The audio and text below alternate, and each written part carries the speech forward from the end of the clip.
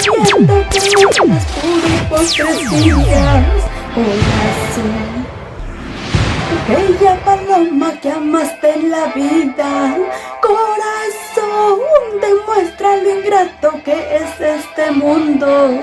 Corazón, las aguas que corren por el riachuelo con penas del alma.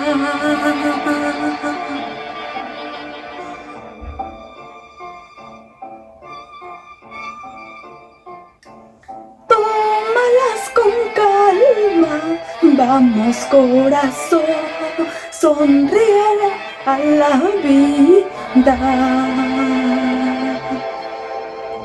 Hola, hola mis amigos. Les saluda su amiga y artista Yuleni Contreras, bella voz del Perú, para invitarles que este sábado 18 de diciembre a las 5 de la tarde estaré en una bonita entrevista virtual de producciones Creagen de nuestro amigo Genaro Huaraca. Conéctense todos, ahí los espero.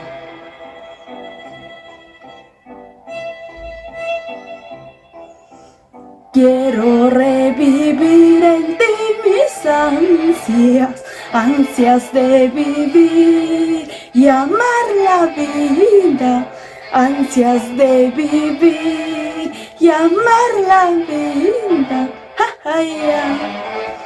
En vano te agitas, te acabas la vida, corazón, sabiendo que el mundo es pura hipocresía.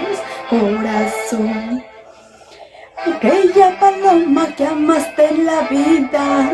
Corazón, demuestra lo ingrato que es este mundo.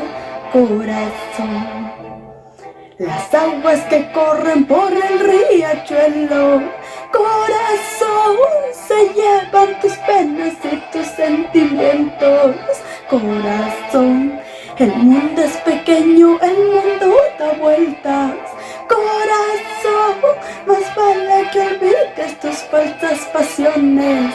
Corazón, conéctense, ahí los espero.